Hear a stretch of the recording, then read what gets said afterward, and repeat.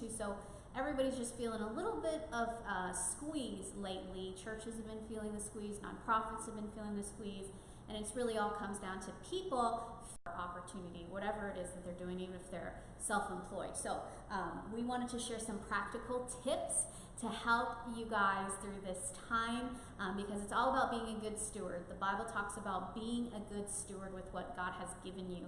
And so God has given you the means and the ability, the hands and the feet, your eyes, your brain to make money, whether it's through your job or through your business.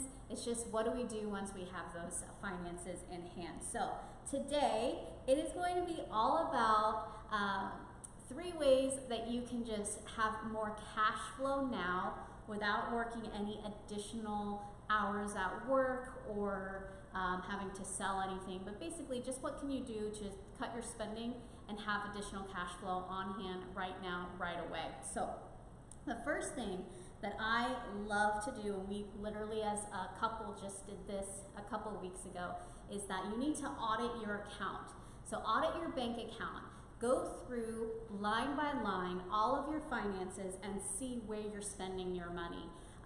You'll be surprised at how much you're spending and where you're spending it, because it's almost mindless spending. You go into, say, the gas station and you just pick up a bag of chips, you grab a drink, you're getting your gas, and then you buy a pack of gum, you buy candy for your kids, and before you know it, you're walking out having spent 10 to 12 extra dollars at the gas station that necessarily you weren't planning on doing. And doing that over time in 1 month adds up. And for me and Pastor Michael, when we first got married, I did that a couple of times just to see where our spending was at.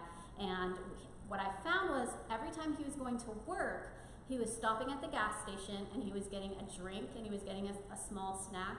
And then when he was at work, he was stopping at the vending machines and buying another snack while he was at work. So adding that up daily ended up costing us $25 a week. Now it may seem on the surface like, hey, that's not a lot, but $25 a week ends up being $100 a month just on a drink and just on chips, when all we had to do was just make provision for him by buying those things ahead of time, making a plan for his snack and for his breakfast before he headed out the door. And that made a big improvement as far as our finances were concerned, because now we had $100 extra in our account simply by him not going to the gas station and stopping by the vending machine. So you could be ending up doing the same thing. Maybe it's Starbucks, maybe it's Dunkin', maybe you're stopping over every day at McDonald's even just for a small snack. Or it could just be something that you're spending too much on.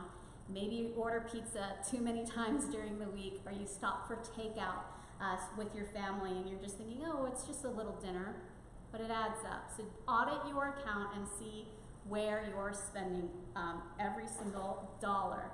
And if you are a cash-only person, some folks don't even have a bank account, write down all of your expenses for at least 2 weeks. Even if it's only $1, write it down. You'd be surprised where you're spending it. Hey, it could even be not you spending it, but your kids asking for that extra piece of candy when you're at the store, and that will add up for you.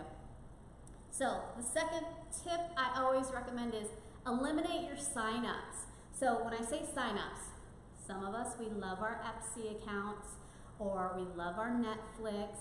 All of those are auto signups where they are deducting monthly from your account. You may not realize how much all of that will add up. You have a Netflix, then you have an Amazon Prime account, and then you maybe have an Apple TV account. Eliminate your signups for now and see how much money frees up for you and which ones you actually really absolutely need. We recently discovered we had signed up for CBS TV. We only watched one show off of that app, so $4.99 a month was going to CBS TV, and we went ahead and have canceled that one. You'd be surprised at stuff like Dropbox and photo storage accounts that you are paying for that you totally forgot about. Maybe you're paying $4.99 to some photo storage company so they can save your photos just in case your computer crashes on you. So all of that adds up. We also, when we did our account audit, we personally found that we were spending $11.99 a month on Dropbox. All because I had videos from work stored in that Dropbox account just in case I needed to get a job or I wanted to showcase my work to somebody. So $11.99 a month going to Dropbox, cancel it, save yourself some money. It all adds up. Think about it, $11.99 a month for 12 months. Whew. So look at that, apps, you'd be surprised at how many apps are auto-drafting from your account. You forgot that you paid $1.99 for this app so that you can play the game without any advertising interruptions, but that $1.99 you've been paying for 2 years and have forgot that it's there. Take the time, do your account audit, and eliminate your auto signups. Listen, if money is tight, you can always come back and sign up for your favorite video streaming app or game later. But if you need to free up money now, go ahead, cancel those auto signups and get that cash back immediately.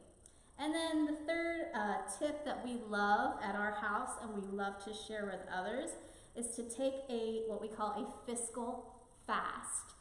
Yes, like fasting food, but a fiscal fast, you go ahead and you don't do any spending for an entire month. So you don't eat out, you don't take any trips to the beach, so you're not spending extra on gas, you don't do any additional streaming purchases, you don't buy anything online, you just don't do anything but pay your bills. That's it. So it can be kind of hard to do a fiscal fast and work your way up to that. So what I always suggest is start with the grocery fiscal fast. This one gets really fun for families because it gets kind of interesting. So a grocery fiscal fast is this. You don't buy anything from the grocery store except milk and eggs and any type of juice and fresh fruit that you need for your diet. So if you eat fresh fruit, go ahead, buy that at the beginning of the month, but do not buy anything else for the rest of the month. Eat everything that's in your pantry and everything that's at the bottom of your freezer. You're gonna be surprised at how far your food will end up stretching for you. How big that bag of rice is that's been sitting in your pantry will literally feed you the entire month. You will probably have oatmeal up in that cupboard that has not been opened in a while. It's still good, so go ahead, eat through your food in your pantry and at the bottom of your freezer for an entire month. Your grocery bill will be reduced. That gives you time to go ahead and catch up on any bills that you feel like you've fallen behind on because things got tight through COVID. So for us, every time we do a grocery fiscal fast, we end up saving about $300 for the month that we're able to put towards something else, and it helps us obviously catch up and give big towards something that we're wanting or saving for. So do a grocery fiscal fast. It is awesome. Your kids will hate you and love you at the same time, especially those picky eaters that are like, ew, no, there's no more chicken nuggets. No, honey, you ate all the chicken nuggets, so now we have chicken strips for fajitas that now I can feed you those. So it gets fun, you get creative, and even snacks, I would say. What we've done in the past for a grocery fiscal fast is you'd be surprised you have enough flour, you have those chocolate chips, and all you need is that little bit of egg to mix up, and then you have your own fresh made chocolate chips instead of going to the store and spending $3 to $4 on a package of cookies. Just make it and clean out your pantry.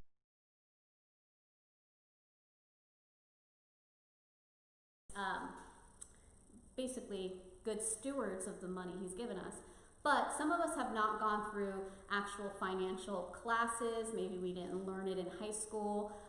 We're just bad at budgeting, or we don't have those tools and knowledge, or we don't have the time to even research it. So we thought we'd share practical stuff that me and Pastor Michael have done to help our finances so we can be generous givers in this time and season, even when things get tough and even when it seems impossible to go above and beyond what God wants us to do.